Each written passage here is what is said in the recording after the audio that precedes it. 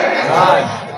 চাইলে জান্নাতি হওয়ার আর জান্নাতের সার্টিফিকেট পাওয়ার একটা দলিল, আমার নবী থেকে একটা দলিল, জান্নাতি সার্টিফিকেট পাওয়ার একটা দলিল। ওয়াকাল রাসূলুল্লাহ সাল্লাল্লাহু আলাইহি ওয়াসাল্লাম, আল্লাহর হাবিব ডাক দেয়া বলে, ইয়াকুলু মান রাআনি ফিল মানামি ফাসিরানি ফিল ইবযা ফা ইন্না শাইতানা লা ইয়াতাকাওয়ালু বি। সুবহানাল্লাহ বলে।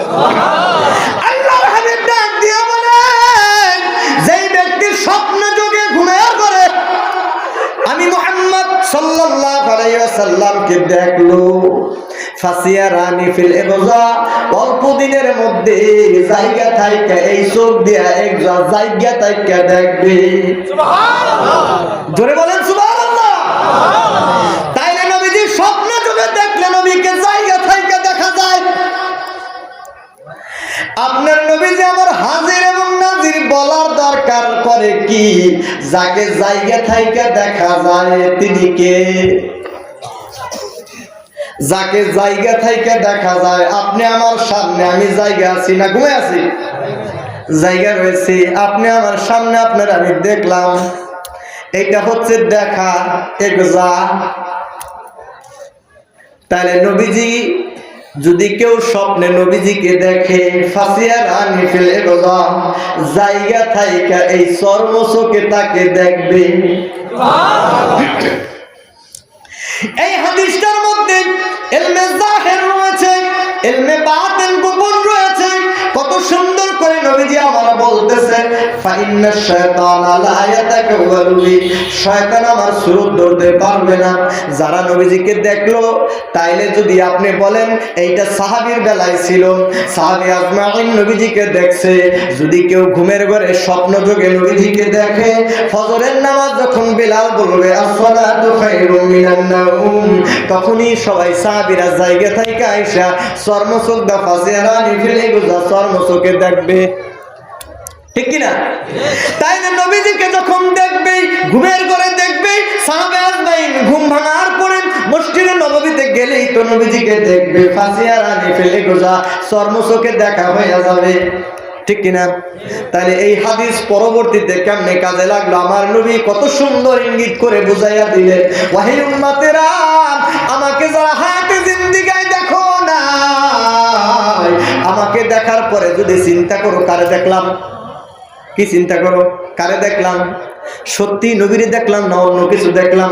এই জন্য আমার নবী সর্বোচ্চ কারে দেখতে পারো? শয়তান। ফা ইন্না শায়তানা লা ইয়াতাকাওয়ালু বি, শয়তান আমার নবীর সুরত ধরতে পারবে না। নবীজি আমার বললেন শয়তান আমার সুরত ধরতে পারে না। সাহাবায়ে আজমাইন যদি আমাকে দেখে, ঘুম থেকে উঠিয়ে আমাকে দেখতে পারবেন। সাহাবায়ে আজমাইন যদি আমাকে দেখে, তারা বলবে নবীকেই দেখেছি, অন্য কিছু চিন্তার কোনো দরকার নাই।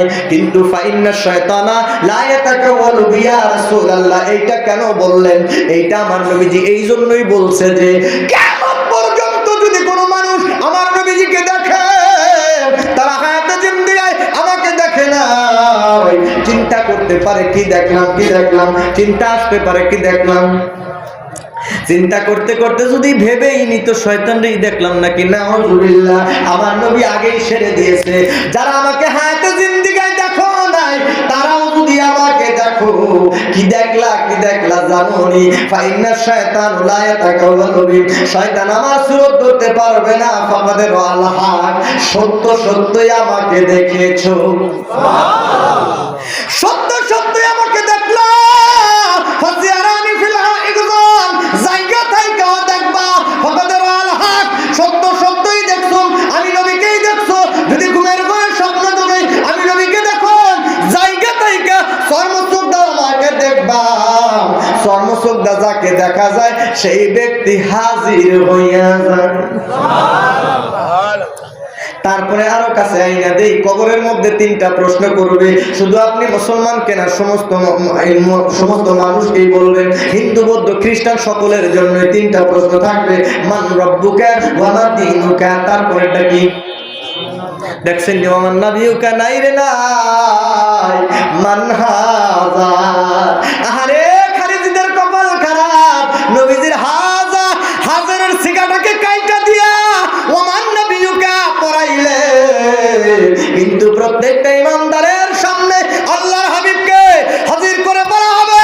মিশকাতুল মাসাইবির মধ্যে আলিম ক্লাসের মধ্যে পড়ানো হইতো, আল্লাহর হাবিবকে প্রত্যেকটা মুসলমানের সামনে বলবে মান হাযার রাসূলুল্লাহি বুইসতু ফীকুম, তোমাদের মাঝে যেই ব্যক্তি নবী হয়ে গিয়েছিল দেখো তো দেখো, চেননি চেননি চেননি।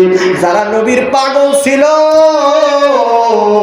তারা দেখার সঙ্গে সঙ্গে বলবে হাযা মুহাম্মাদুর রাসূলুল্লাহ, চিনি গো চিনি,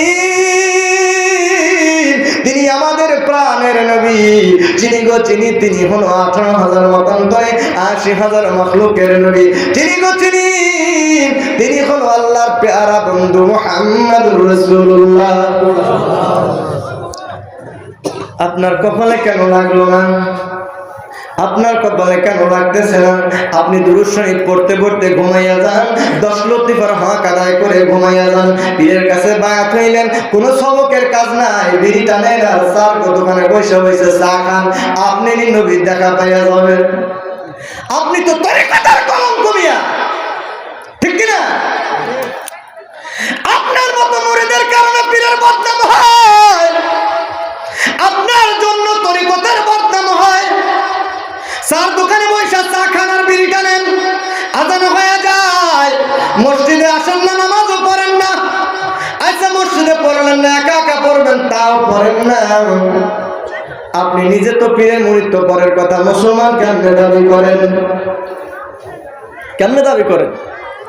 আপনাকে তো তরিকত এইটা শিক্ষা দেয় নাই, তরিকত আপনাকে শিক্ষা দিছে বিল উদুহি ওয়াল আসর বুকরাতা ওয়া আসিলা, সকাল এবং সন্ধ্যা 2টা সময় আমার আল্লাহর নামের জিকির করতে থাকো, লা ইলাহা ইল্লাল্লাহ, লা ইলাহা ইল্লাল্লাহ, সুবহানাল্লাহ, আলহামদুলিল্লাহ, লা ইলাহা ইল্লাল্লাহ, সুবহানাল্লাহ, আলহামদুলিল্লাহ, লা ইলাহা ইল্লাল্লাহ, সুবহানাল্লাহ, আলহামদুলিল্লাহ, লা ইলাহা ইল্লাল্লাহ, সুবহানাল্লাহ, আলহামদুলিল্লাহ, লা ইলাহা ইল্লাল্লাহ, সুবহানাল্লাহ, আলহামদুলিল্লাহ, লা ইলাহা ইল্লাল্লাহ, সুবহানাল্লাহ, আলহামদুলিল্লাহ, লা ইলাহা ইল্লাল্লাহ, লা ইলাহা ইল্লাল্লাহ, মুহাম্মাদুর রাসূলুল্লাহ সাল্লাল্লাহু আলাইহি ওয়াসাল্লাম। তরিকত আপনাকে শিক্ষা দিচ্ছে কলব লতিফা, রুহ লতিফা, সের লতিফা, কফি লতিফা, আকল লতিফা, নামিত নফস লতিফা। বাবার নামের মধ্যে 4টা কার্যক্রম, একটা হচ্ছে নফসে মুতমাইন্না, নফসে লাওয়ামা, নফসে মুলহিমা, নফসে মুতমাইন্না, নফসে আম্মারা। 4টা নফস মানুষের মধ্যে কার্যক্রম করে। বাতাস, খাক বাত, আগুন, পানি, মাটি, বাতাস দিয়া রব্বুল আলামিন 4টা পদার্থ দিয়ে আপনার সারা শরীরের মধ্যে এই 4টা নফসকে বানাইয়া দিল। 4টা নফসের কার্যক্রম আপনার ভিতরে হয়। এই নফসগুলোকে, শক্তিশালী নফসগুলোকে নিয়ন্ত্রণ করার জন্য সকাল এবং সন্ধ্যা আপনাকে জিকিরের আমল করতে দেওয়া হয়েছে। কোথায় আপনার জিকির? আপনার ভিতরের নফসগুলো যে দৌড়দৌড়ি করে, কারে মারবে, কারটা খাবে, কারে ঠেলা দিবে, কার কাছ থেকে জেরা করবে, ব্যভিচার করবে, কোথায় যাবে, অন্যায় করবে, কত কি আপনার ভিতরে আসে কিনা? এই সমস্ত চিন্তা চেতনাগুলো আপনার ভিতর থেকে যদি নিয়ন্ত্রণ করতে হয় মুমিনি হালতে, আপনাকে জিকির ছাড়া কোনো উপায় নাই। জিকির করতে হবে। জিকির করতে করতে যখন আপনি ফানাফিল্লার দরবারে চলে যাবেন, আমার রব্বুল আলামিনের পবিত্র নূর হেদায়েত পেয়ে যাবে। কি 11টা শেষ করে দেবো। মাহফিল বেশি রাত করে ওয়াজ করলে কি লাভ? ওয়াজ করলে তো সারা রাত ওয়াজ করা হবে, ঠিক কিনা? আর ওয়াজ করলাম, আমল করলেন না, কাজে লাগবে? কাজে লাগবে না। তবে সর্বোপরি কথা হচ্ছে, যে যেই জায়গায় থাকেন, যেই স্তরে থাকেন, যাই করেন, মনে রাখেন যে এই দেহটাই নিঃশ্বাস চলে গেছে, আর আসতেছেন আপনি লাশ। ঠিক কিনা? এই দেহটাই মাটির নিচে শুয়ে থাকবে। পোকাগুলা 2 দিন 5 দিন যাওয়ার পরে পেটটা ফাইটে যাবে। পোকাগুলা আপনার গায়ের মধ্যে, কোন পোকাগুলা? যেগুলোকে বৈজ্ঞানিক ভাষায় ব্যাকটেরিয়া বলা হয়। প্রত্যেকটা মানুষের ভিতরে ব্যাকটেরিয়া আছে, থাকুক রাস্তায় থাকুক, যে হেনে মনে তা গায়ে আসবে ইনশাআল্লাহ। প্রত্যেকটা মানুষের ভিতরে কি আছে? ব্যাকটেরিয়া আছে, মানে পোকা আছে। এই ব্যাকটেরিয়া যদি 0.0 পয়েন্ট হয়ে যায়, মানুষ সাথে সাথে মারা যাবে। তার মানে আপনার ভিতরে যে ব্যাকটেরিয়া গুলো আছে সেগুলো আপনি ইন্তেকালের পরে তাজা হয়ে যাবে, এমন তাজা হইব, বড় বড় হয়ে যাবে, আপনার এই কিটি কিটি কিটি কিটি করে খেয়ে ফেলবে। পেটটা ফাইটা যাবে, পোকাগুলা কামড়াইতে থাকবে আপনাকে, কামড়াইতে কামড়াইতে নাক মুখ দিয়ে কঙ্কাল পরে থাকবে, আপনাকে খেয়ে ফেলবে, কিচ্ছু করতে পারবেন না। আপনি কিচ্ছু করতে পারবেন না। সেই তো মানুষ, সেই মানুষ আপনি আর আমি। 3 দিনের মধ্যে কাম শেষ। 3 দিনের মধ্যে লক্ষ লক্ষ কোটি কোটি পোকা আপনাকে খেতে থাকবে। পায়খানার মধ্যে পোকা দেখেন না? খোলা পায়খানার মধ্যে কিছু পোকা আছে না? ওগুলো আপনার মধ্যে থেকেই বেরোইছে, আপনারই খাবে।